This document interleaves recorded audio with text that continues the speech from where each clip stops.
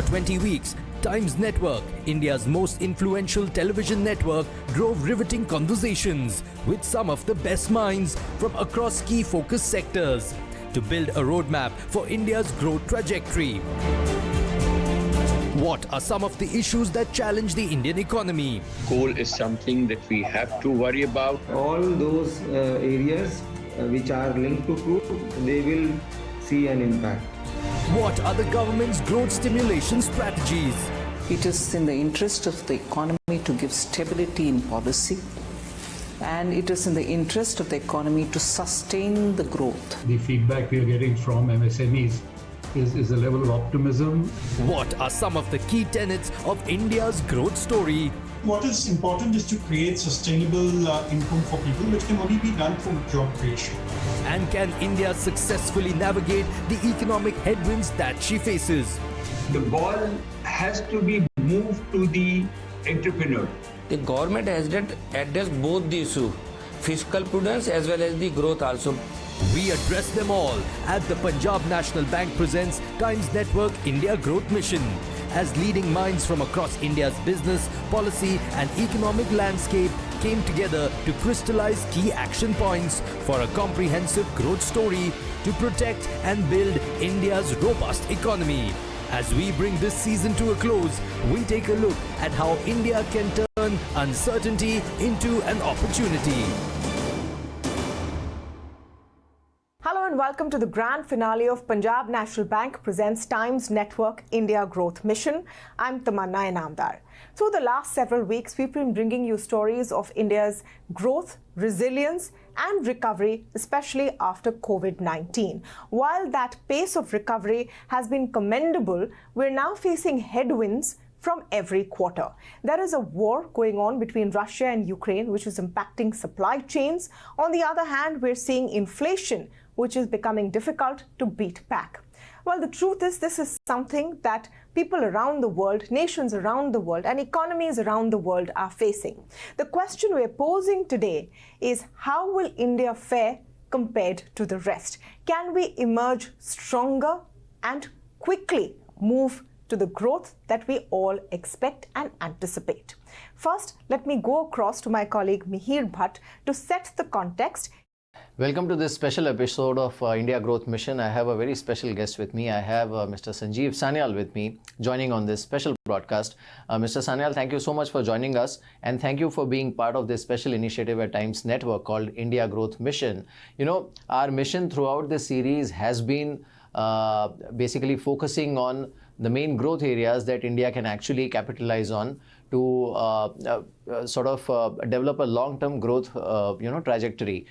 Keeping that in mind and the current state where we are right now, while in the short term there are some headwinds in terms of the global inflationary pressures, the war in Ukraine, its impact on commodity prices, and obviously the disruption which is still continuing in global supply chain in some form of the or the other. At least in the short term, how concerned are you about the global growth situation in Indian context? Well, there's no doubt that inflation globally is a major issue.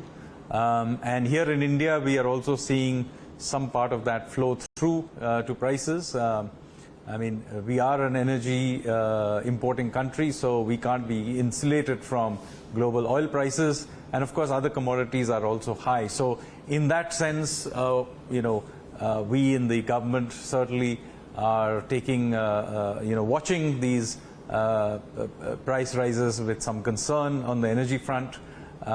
Domestically driven inflation is not really the issue in the case of India.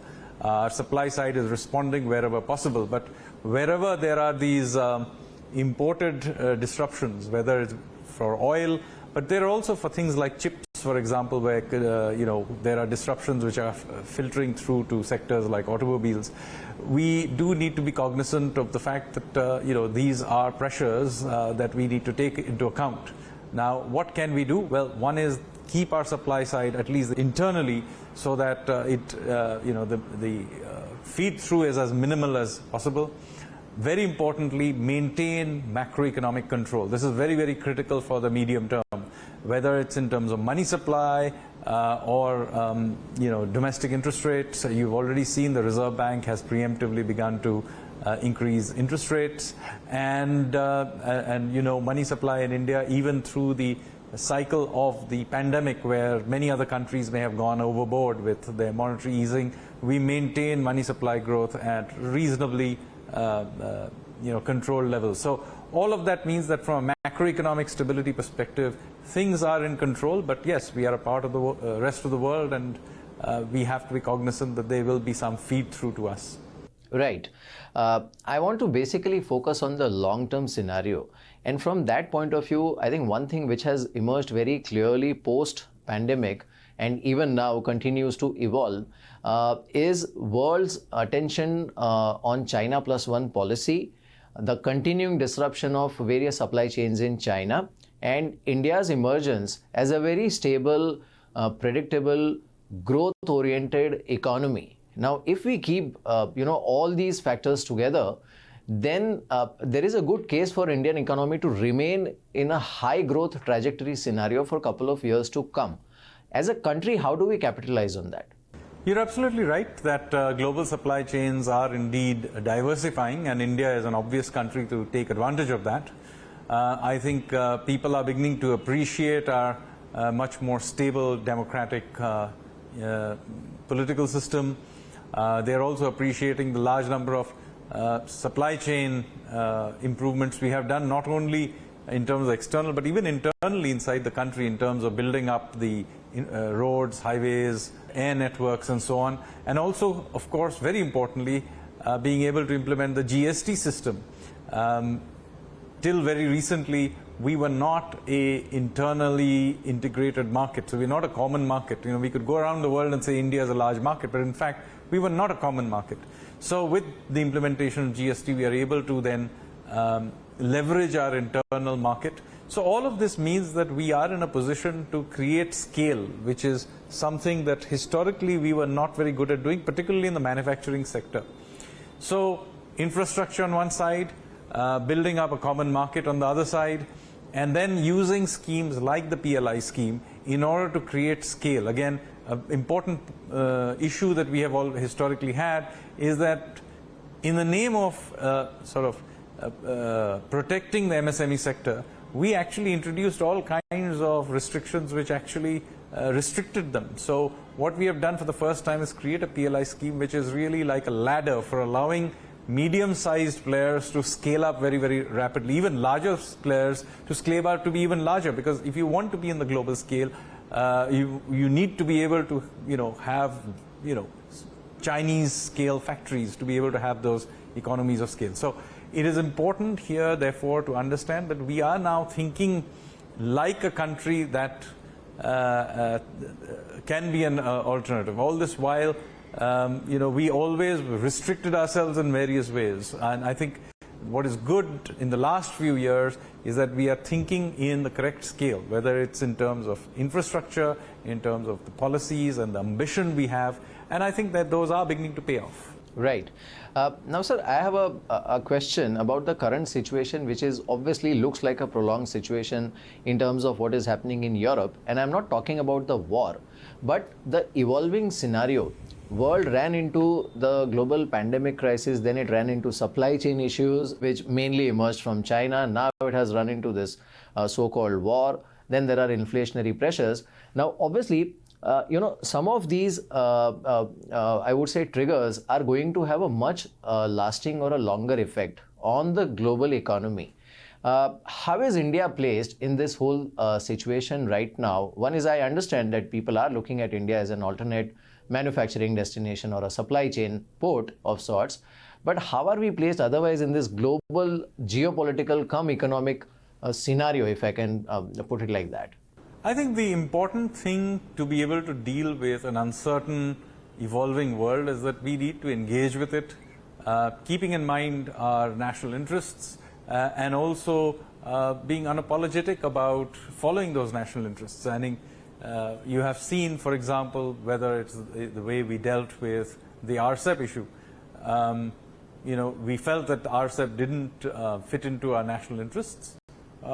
There was a lot of pressure to go in and sign up for it. We didn't. But that doesn't mean we are sort of moving into sort of inward-looking, import substitution kind of worldview. That's not at all true. We have pursued free trade agreements with other countries. We recently signed one with Australia. We've done one with UAE. We are aggressively pursuing other ones, for example, with the UK. So it is not that we do not recognize the evolving situation. We take a pragmatic view of what the options are at each point in time and evolve with it.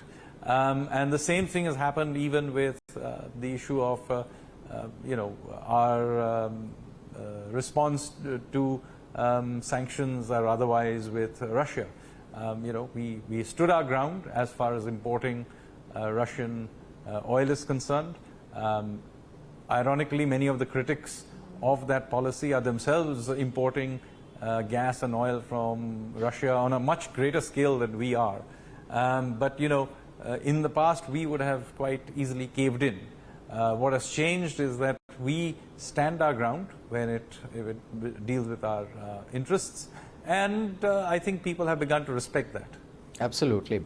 Sir, since you mentioned energy, and this is a slightly short-term issue, but I have this question, that is basically the energy prices. The way things are moving right now, the crude is obviously hovering somewhere way above our comfort level and even above our budgetary estimates. Now, maybe from medium to long-term view, it will settle down or it will adjust itself. But is it a concern, especially in the current fiscal situation where we have a couple of issues to tackle with? Well, as I mentioned earlier, we are an importer of oil. High oil prices is something that hurts us, no question about it, and certainly oil prices in the range of $110 per barrel is something we in India are not happy about.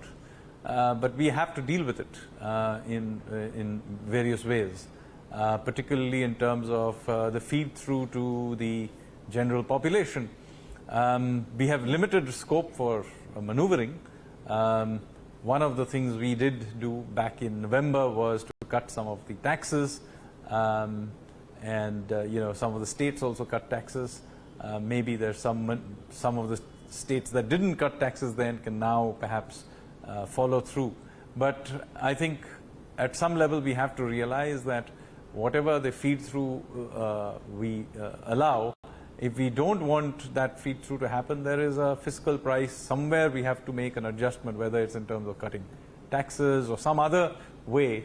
And each one of those measures has some price to be paid. I mean, at the margin, maybe we can buy some oil from Russia or some such thing. But frankly, in the end, we have to figure out a way of becoming much more independent of this imported oil problem. And, as it happens to be, we may not have a lot of hydrocarbons in India, but we are endowed with a lot of sunshine. So certainly, renewables is an area that is of interest to us. We also need to maintain a bouquet of other sources as well. So I am a votary that we should pursue seriously nuclear power.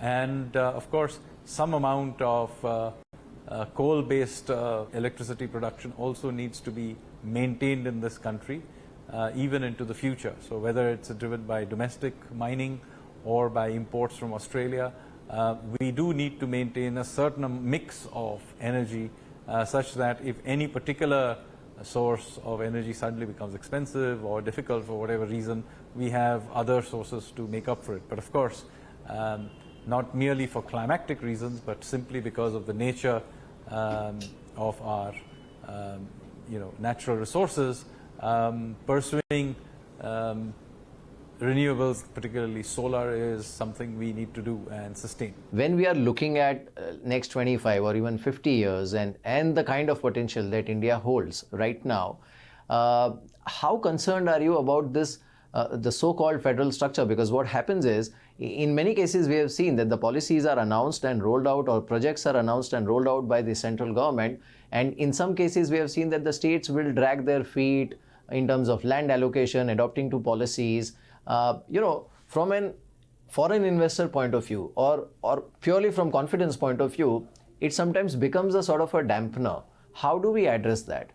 Well, I mean, the various roles of different levels of government are well laid out. There are things that the central government needs to do, and hopefully we are doing a decent job of it. Incidentally, the specific case of the legal system being upgraded, a large section of that depends on the judiciary, not even on the central government. But yes, things like municipal services in particular, or local support for industry and business, whether foreign or Indian, has to come at the state level or even at the municipal level.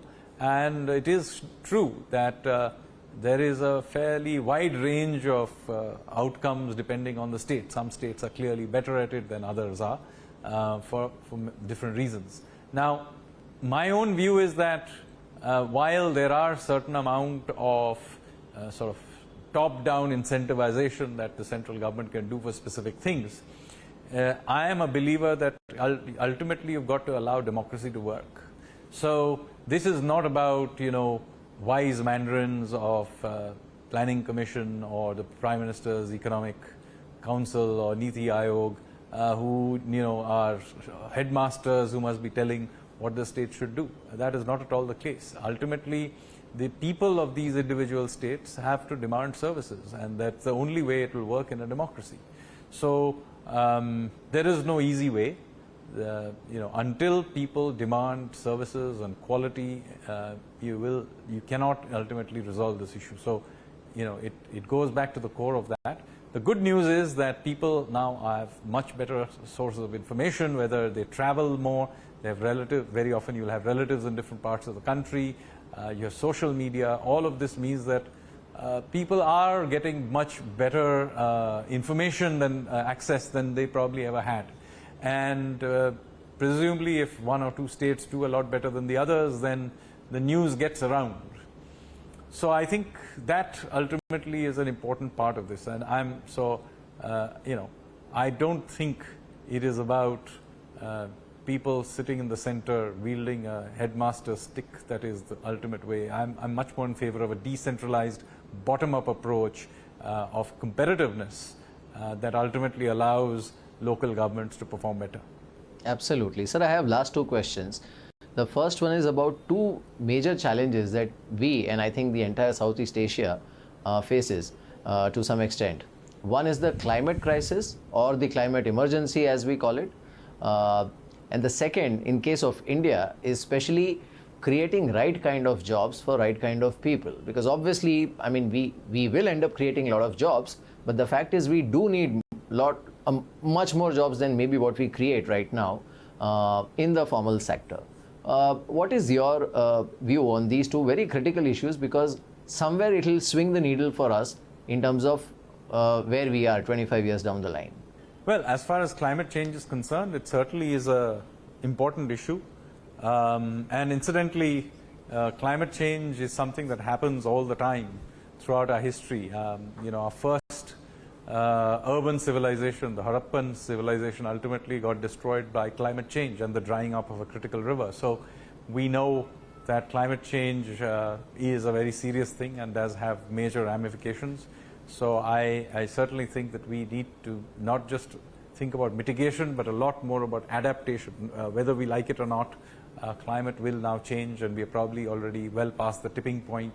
So we should be prepared for major change, and it requires us to be a lot more flexible on all kinds of things. For example, on agricultural policy, we do need to pay a lot more attention in terms of much more resilience of crops rather than just growing more and more calories, which is how we have currently set up our agricultural policy.